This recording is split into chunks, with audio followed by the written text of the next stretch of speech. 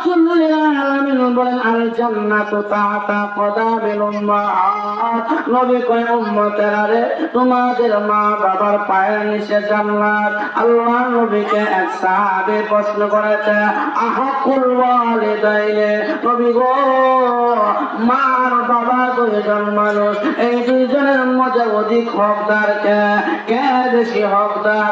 আল্লাহ নবী বিশ্ব নবী রাহমাতুল লিল আলামিন বলেন ক্বালা উম্মুকা, তোমার মা। সাহাবী দ্বিতীয়বার প্রশ্ন করেছে, সুম্মা মান, তারপরে কে? নবী কয় ক্বালা উম্মুকা। দ্বিতীয়বার নবী বললেন তোমার মা। সাহাবী তিন নম্বরে প্রশ্ন করেছে, সুম্মা মান, তারপরে কে? নবী কয় ক্বালা উম্মুকা, তোমার মা।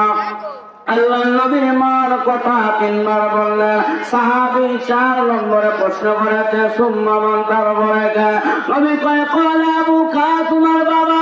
বাবার কথা আল্লাহর নবী একবার বললেন, মার কথা নবীজি তিনবার বললেন। এই হাদিসের ব্যাখ্যা আল্লাহর কোরআনের একখান আয়াতের মধ্যে আল্লাহ জানিয়ে দিয়েছে, হামলুহু ওয়া ফিসালুহু 30 শাহরা। আল্লাহ রাব্বুল আলামিন জানিয়ে দিয়েছে, আমার নবী কেন রে মার কথা তিনবার বললেন? কারণ এই পৃথিবীতে মা দুঃখিনী এমন তিনটি কষ্ট বেশি করে গো, যে কষ্টের মধ্যে বাবার কোনো অংশীদার নাই, বাবার কোনো হক নাই। এক নম্বরে হামলুহু, ও যুবক ভাইয়ারা, তোমার আমার মা তোমাকে আমাকে হামল করেছে, পেটে ধারণ করেছে। সন্তানকে মা পেটে ধারণ করে রে, পৃথিবীর কোন পুরুষ সন্তান পেটে নেয় না। আজ পর্যন্ত এমন ইতিহাস কোথাও পাওয়া গেল না সন্তানকে পুরুষে পেটে ধারণ করেছে। আপনার আমার মা আপনাকে আমাকে পেটে ধারণ করেছে। একদিন আর দুই দিন নয়, এক মাস আর 2 মাস নয় যুবক, 10 মাস 10 দিন আমার মা আপনাকে আমাকে পেটে ধারণ করেছে। যুবক ভাইরা রে, আমার মা সন্তান পেটে নিয়ে ঘুমায় না, শুধু খাবার খায় না। আমার মা আপনাকে আমাকে নিয়ে সংসারের কাজ পর্যন্ত করেছে, রান্না বান্না করেছে। আমার মা আপনাকে আমাকে পেটে দিয়া জমিনের ধান বনের কাজ পর্যন্ত আমার মা করেছে। যুবক, কয়দিন চলতে পারবা? তোমার পেটের মধ্যে যদি 1 থেকে 1.5 কেজি ওজনের একটা পাথর বেঁধে দেওয়া হয়, কতদিন পেটের মধ্যে পাথর নিয়ে চলতে পারবা? সম্ভব নয়। কিন্তু আপনার আমার মা আপনাকে আমাকে পেটে নিয়ে জমিনের মধ্যে বড় কষ্ট করে কাজকর্ম করেছে।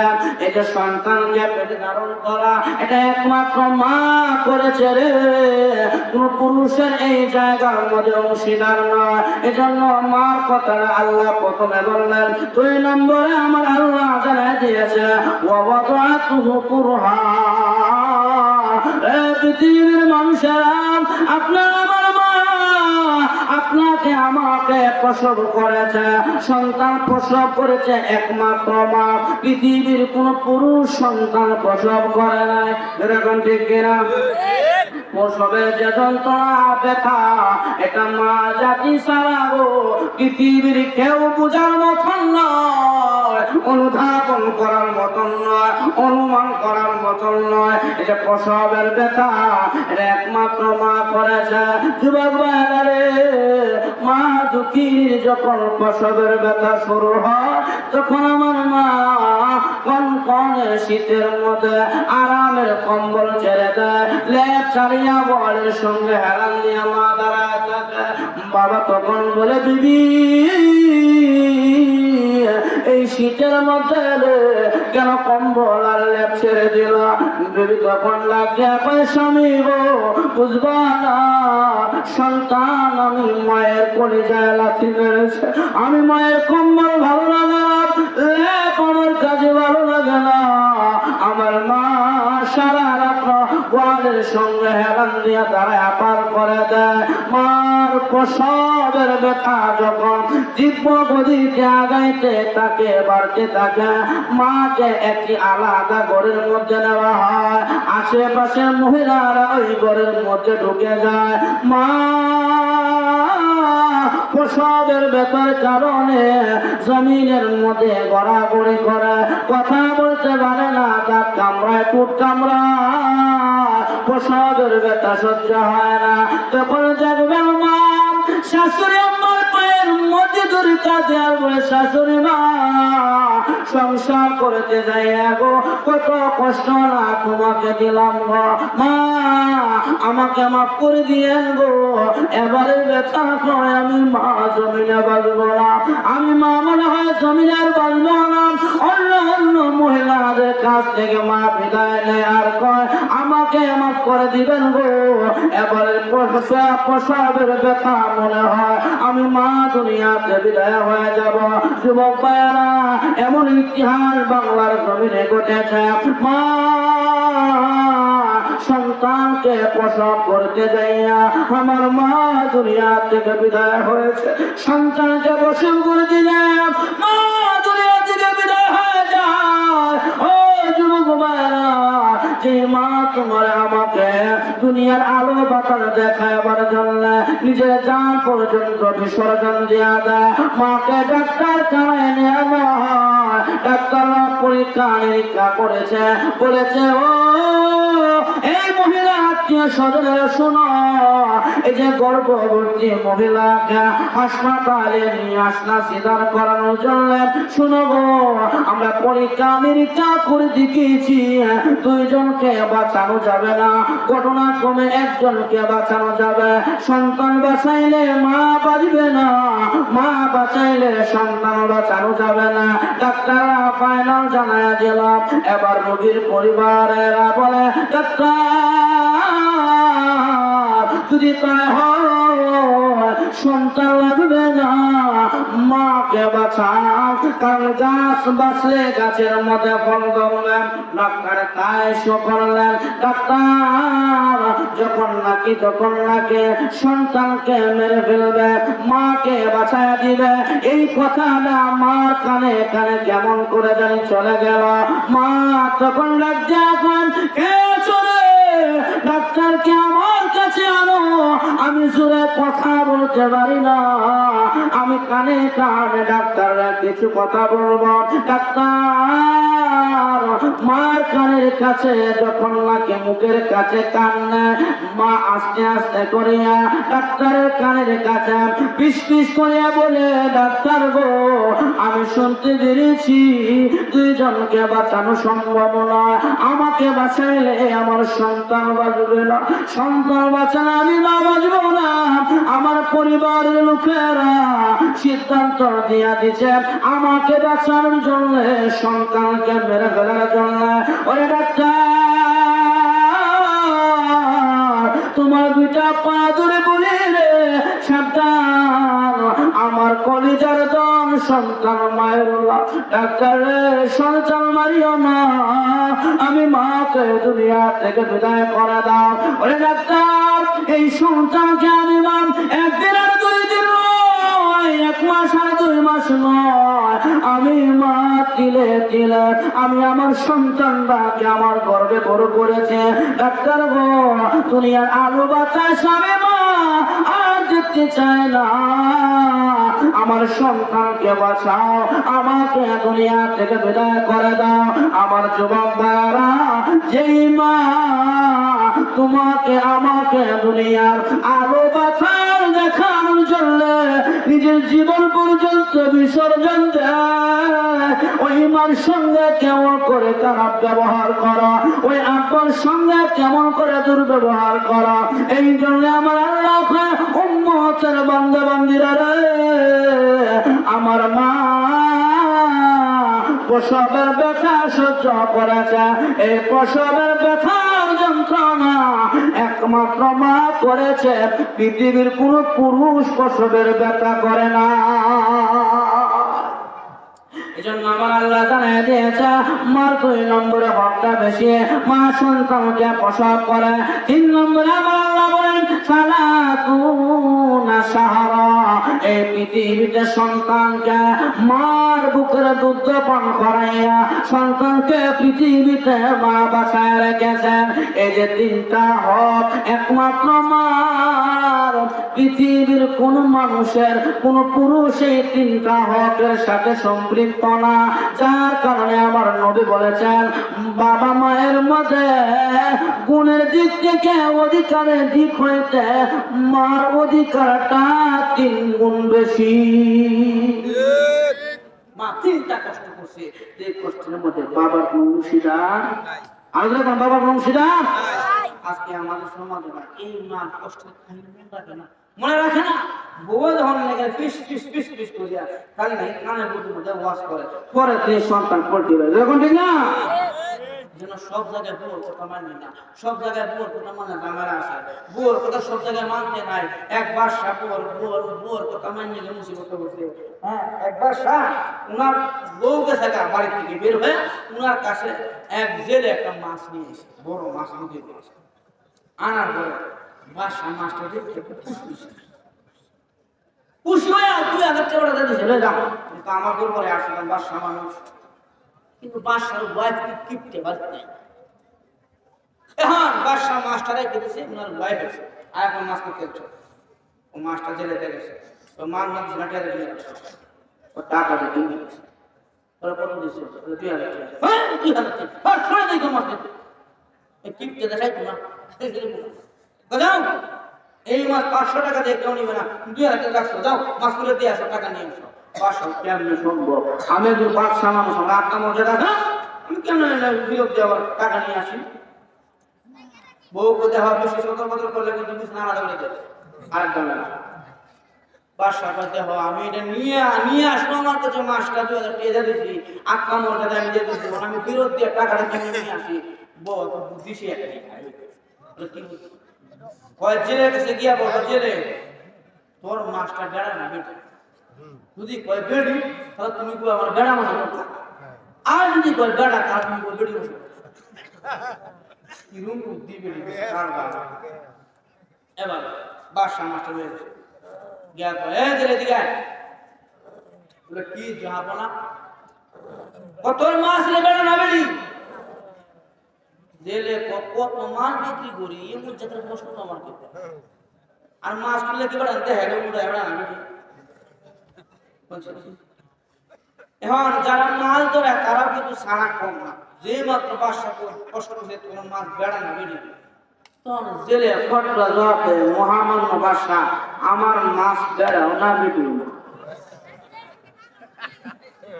আমার মাছ বেড়াও না। এখন তো বাদশা আটকে থাকে, জেলের এই সুন্দর উত্তর শূন্য পর 2000 টাকা বাড়ি করে দেখ 2000 গুণা দিতে এখন বাড়িতে গেছে মাছ নিয়ে কি করছি, যে সুন্দর উত্তর দিছে জেলে উত্তর শূন্য, আমি আরো বকের থেকে 2000 টাকা গুণা দিয়েছি বেড়ে তো তেরে দিয়েছি, হ্যাঁ সরে না 2000 টাকা আরো গুণা দিছ।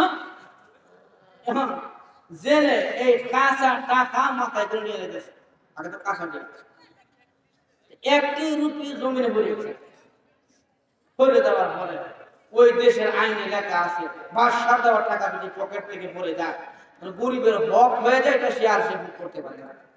জেলে যেহেতু 1 রুপি জমিনে ভরে গেছে গা, এই রুপিটা উড়াই আমার বড় কিছু, এই বিষয়টা আমরা দেখতেছি বাদশার দেখতে দেখছো অন্য কথা নেই।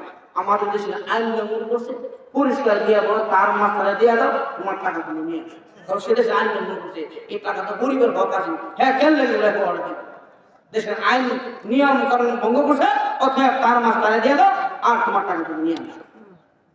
বাদশা কই 500 টাকা না দিলাম তো 2000 আরো দিলাম তোর 2000 টাকা বোনাস, একটা রুপি পড়ে আছে তার কেন লেগে বলে আমার দেশে আইন লঙ্ঘন করছস, অথবা তোর মাছ তুমি নিয়ে আনে আমার টাকা না দিয়া। এখন জেলে কই মহামান্য বাদশা 500 টাকার মাছ দিলেন 2000 টাকা, আরো দিলেন 2000 টাকা বোনাস, খুশি হয়ে আমি নিমু খারামি কেমন করে নিমু খারামের কি হয়েছে দেখেন এই রূপটার মধ্যে আপনার ছবি আছে যেমন শেখ মুজিবের ছবি আছে টাকার মধ্যে ওই রূপের মধ্যে আপনার ছবি আছে এমন ছবিওয়ালা রূপটা যদি আমি জমির মধ্যে ফেলে চলে যাই কোন বেড়া না দেখে হারাম হবো টাকার মধ্যে আর হারাম মারতে যাই আমি ছবিটার মধ্যে ভাড়া করবো বাসা গো আমি জীবত দশায় আমার মানুষের বাবা নিচে মালায়া আমার অসম্মান করবো এটা আমাদের সম্ভব না আপনার সম্মান আর আমি টাকাটা গোয়াল হয়ে গেছে বাসা করি এত মহাব্বত করো কলিজা থেকে মহাব্বত করি বাসা করে নিয়ে আরো পুরা 2000 এবার সারাতে দূরি মানে দেয়া বাদ হয়ে গিয়ে বউর কথা বউর কথা শুনি আজকে আমার 2000 জায়গার মধ্যে সারাতে দূরি মানে সব জায়গায় বউর কথা শুনলে ঝামেলা আছে আমাদের সমাজের অধিকাংশ যুবক সবাই না বেশিরভাগ যুবক বউ খানা খানা যদি ওয়াজ করতে পারে এই দেখতে দেন সুন্দরী লয়ে বলছে এক একটা না দেখুন মানে আছে না বউ বউ বউ আমার ভাইরা এজন্য আমি এলাকার বউদেরকে যারা মহিলা তাদেরকে আমি আবার খারাপ করছি বউ দরকার আমার ঠিক না বউ খারাপ করা মুশকিল এটাও না নিয়মের ভিতরে ঠিক করতে ঠিক না নিয়মের ভিতরে একবার এমন ভাগ হয়েছে বউ বললে বউ পাওয়া যায় মা বললে মা পাওয়া যায় বাপ বললে বাপ পাওয়া যায় বউ বললে বউ পাওয়া যায় না বউয়ের কাছে ক্যাম্পেনে মুড়ি দিয়েছি রে হ্যাঁ মা বললে বউ বললে বউ পাওয়া এটা বউ বললে বউ পাওয়া যায় বাপ মা বলে বাপ পাওয়া যায় আমার ঠিক আছে মা বলে মা পাওয়া যায় বাপ বলে বাপ পাওয়া যায় কিন্তু কোন যে দুটা বললে বউ পাওয়া যায় একবার বাপ মরে বাপ মরে যাওয়া সন্তান কাঁদছে স্বাভাবিক ছেলেতে কাঁদবে বাপ মরে কাঁদবে না তার কান্না দেখিয়া এলাকার জায়গা মুরব্বীরা কাঁদছে তোর বাবার হায়াত শেষ মারা গেছে একদিন তুইও থাকতে না আমি থাকতাম না একদিন চলে যাবো আমরাও কান্দিস না তোর বাপ কিছু দিয়েছি বাবার বাসা সন্তান যাক বাপ না বাবার বাসা সারা আসে শাসারা মিলে দিলে বাবার মাটি ছেড়ে দেয়া ওরা বসে কয়েকদিন মনে মনে মা মরে যায় মা মরে যাওয়ার পরে ছেলে কাঁদতেছে স্বাভাবিক মা মরে তো সন্তান কাঁদবেই থাকবে না তার কান্নার ধরন দেখিয়া এলাকার চাচি জেঠি খালাম মা সবাই পুত্রে কান্দিস না রে বাবা কান্দিস না তোমার মার হায়াত শেষ দুনিয়া থেকে দিয়েছে দুনিয়া তো সবাই দেখছে তোর মা মরছে কি হয়েছে বাবা তোর মার বোন খারাপ মা করা ছেলে তো যাক মা নাই মার বোন যেত দেখতে মনটা সত্যি মনে মার একটা বোন আমার বলে বলছে এই যে কান্ত আছে কয়েকবার হইল কয়েকবার বুঝিয়ে আইলো এলাকার কোন মহিলাই কথার কয় না বাবা বাইরে তোর বউ বসে কি হয়েছে আমরা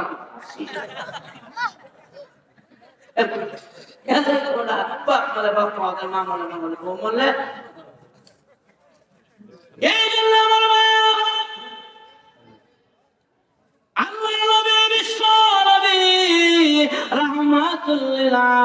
বলেছেন উম্মতের যুবকেরা রে এই পৃথিবীর জমিনে এমন কিছু বস্তু আমি আল্লাহ দুনিয়াতে আমার বান্দার জন্য দিয়েছে আমল করতে হয় না রে ধরতে হয় না সইতে হয় না তাকায়া থাকলে সওয়াব হয় আল্লাহর ঘর বাইতুল্লাহ তাকায়া তাকায়া দেখবেন আমল আমার মধ্যে সওয়াব হবে কালামুল্লাহ আল্লাহর কোরআন তাকায়া তাকায়া দেখবেন ধরতে হবে না সইতে হবে না তাকায়া থাকলে আমল নামা সওয়াব টাকা হয় আল্লাহর নবী কয় উম্মতের যুবকেরা রে পৃথিবীতে এমন দুইটা চেহারা আছে রে এই যে দুইটা চেহারার দিকে যদি কোনো মানুষ ভালো নজরে তাকায় একবার ভালো নজরে তাকানোর কারণে মহান আল্লাহ আমল নামার মধ্যে একটি হজের সওয়াব লিখে দেয় বাবার চেহারার দিকে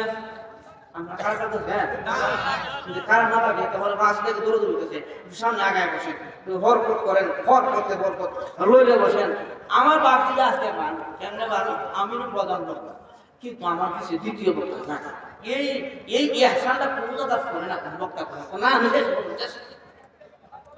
শেষ ওয়াজ করে খাওয়ানো ঠান্ডা সব আল্লাহর মেহেরবানিতে কোন বাপের ফেরে বলিয়া আজকে এই মাহফিল এইটা মধ্যে আরো রহস্য আছে। আমি রহস্যটা হইল যে আমি সমাজ আমাদের এলাকায় গত মাসের মনে হয় 23 তারিখ না 35 সভা আছে, আমার মুক্তা গেছে।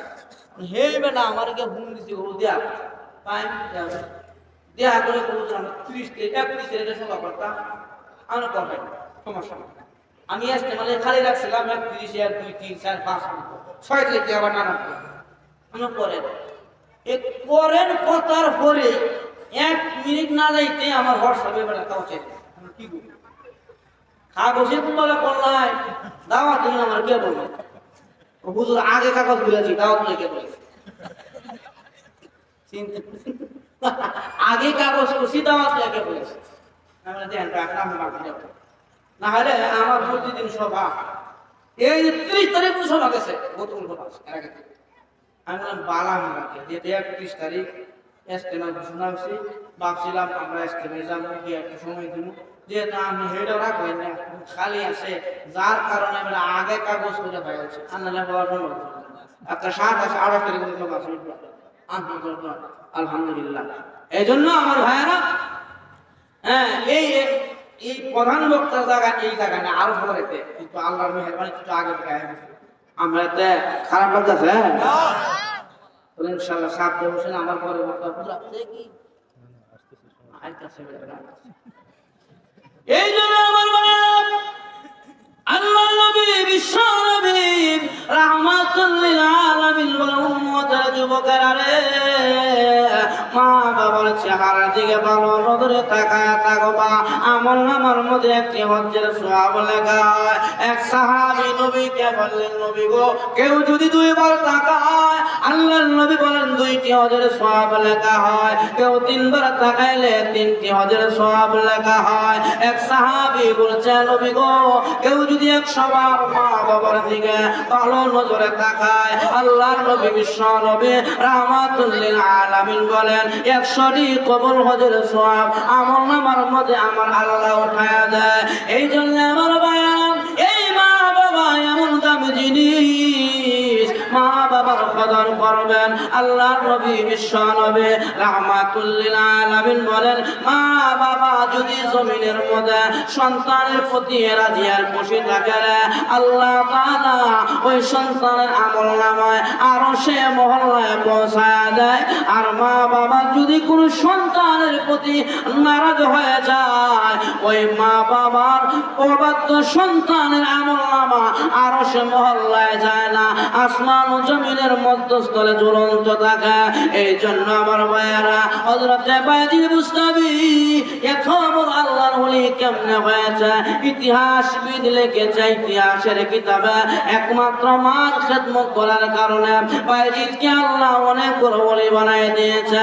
বায়জিদের যুগে আরেকজন ছিলেন হারুন, মার সাথে বেয়াদবি করেছে, হালাক করে দিয়েছে, ধ্বংস হয়ে গেছে।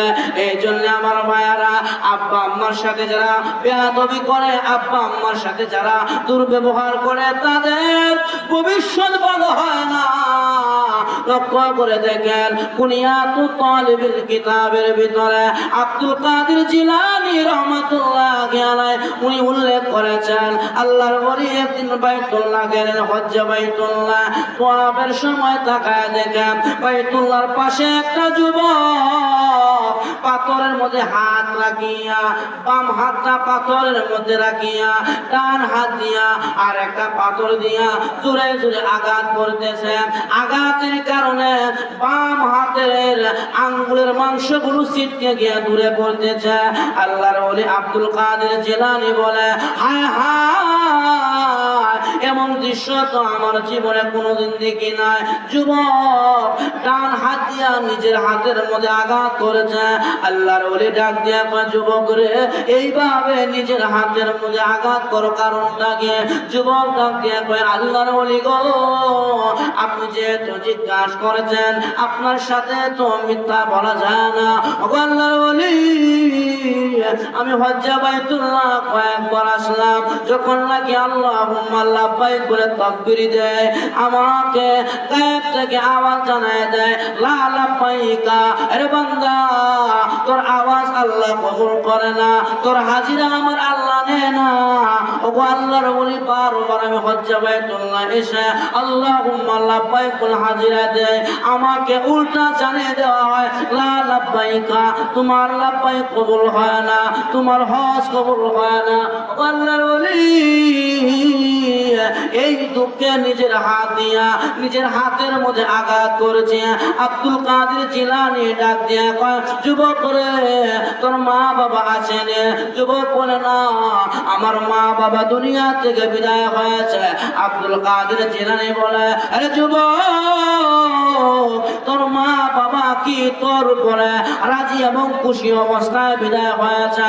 যুবক, আল্লাহর ওলি, আমি আমার মাকে হাত দ্বারা আঘাত করে দুনিয়া থেকে বিদায় করেছিলাম। আমার মা আমার হাতের আঘাতে দুনিয়া থেকে বিদায় হয়েছে। আব্দুল কাদের জিলানী বলে, যুবক রে, কোন মা বাবা যদি সন্তানের প্রতি রাজি না থাকে রে, সে হজ্জে বাইতুল্লাহ আসলে কি হবে? তার হজ আল্লাহর আদালতে কবুল হয় না। এখন যুবক ডাক দিয়ে কয়, ওগো আল্লাহর ওলি, আমার মা বাবা দুইজন দুনিয়া থেকে বিদায় হয়েছে, আমার মা আমার প্রতি নারাজ ছিল, এখন আমি কি করতে পারি? আল্লাহর ওলি কয়, সন্তান রে, মার কাছ থেকে আগে গিয়া ক্ষমা আনো, আর না হলে তোমার হজ কবুল হবে না।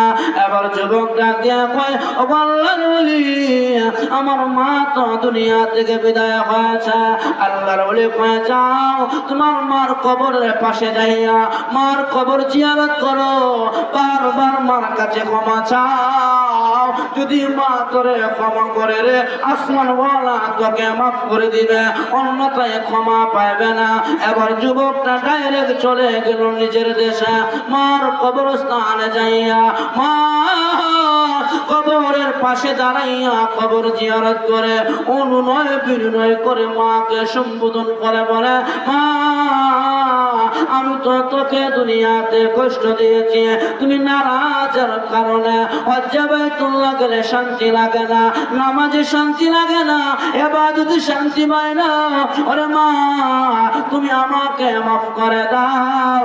সন্তান শুনে রে, কবরের ভিতর থেকে আওয়াজ আসতেছে, কার সন্তান যা, আমি মা তোকে মাফ করে দিলাম। গায়েব থেকে আমার আল্লাহর ফেরেশতারা ওই সন্তানকে আওয়াজ দিয়া জানায় দেয়, সন্তান রে, তোকে তোর মা মাফ করার কারণে মহান আল্লাহ তোর বিগত দিনের হজ গুলোকে কবুল করে নিয়েছে। আপনি মক্কা মদিনা গিয়া যত কাজ হবে কষ্ট দিয়েন না। আর এজন্য আপনার হকটা বেশি সন্তানের প্রতি আমার তেলাওয়াত কিন্তু আয়াতের মধ্যে আল্লাহ জানাই দিয়েছে, আল্লাহ তা'বুদু ইল্লা ইয়াহু, আল্লাহ ছাড়া কারো ইবাদত করবা না। ইবাদতের মধ্যে আফজাল ইবাদত হলো, উত্তম ইবাদত হলো ক্বালা সলাতু লিওয়াক্তিহা, নামাজ। আয়াতের মধ্যে আসছে আল্লাহ তাআলা ইবাদতের মধ্যে সবচেয়ে উত্তম ইবাদত নামাজ। 2 নম্বরে আল্লাহ আয়াতের মধ্যে বলছেন ওয়াবিল ওয়ালিদাইনি ইহসানা, বাপ মার সঙ্গে ভালো ব্যবহার করবা। হাদিসে নবী বলছেন ক্বালা বিররুল ওয়ালিদাইনি, মা বাবার হক আদায় করবা, বাপ মার খেদমত করবা। নবী 3 নম্বরে বলছেন ক্বালা আল জিহাদু ফি সাবিলিল্লাহ, 3 নম্বরে আল্লাহর রাস্তায় জিহাদ করাটা এটাও আল্লাহর কাছে পছন্দনীয় ইবাদত। তাহলে আইয়ুল আমালি আহাব্বু ইলাল্লাহ, আল্লাহর কাছে 3টা আমল প্রিয়। 1 নম্বরে ক্বালা সলাতু লিওয়াক্তিহা, সময় হয়ে গেলে নামাজে গিয়ে হাজিরা দেওয়া।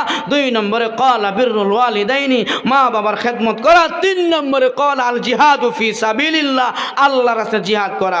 রাজি আছেন না ইনশাআল্লাহ? এজন্য যারা ইস্তেমায় যান নাই, ইনশাআল্লাহ যাওয়ার জন্য ফিকির করেন।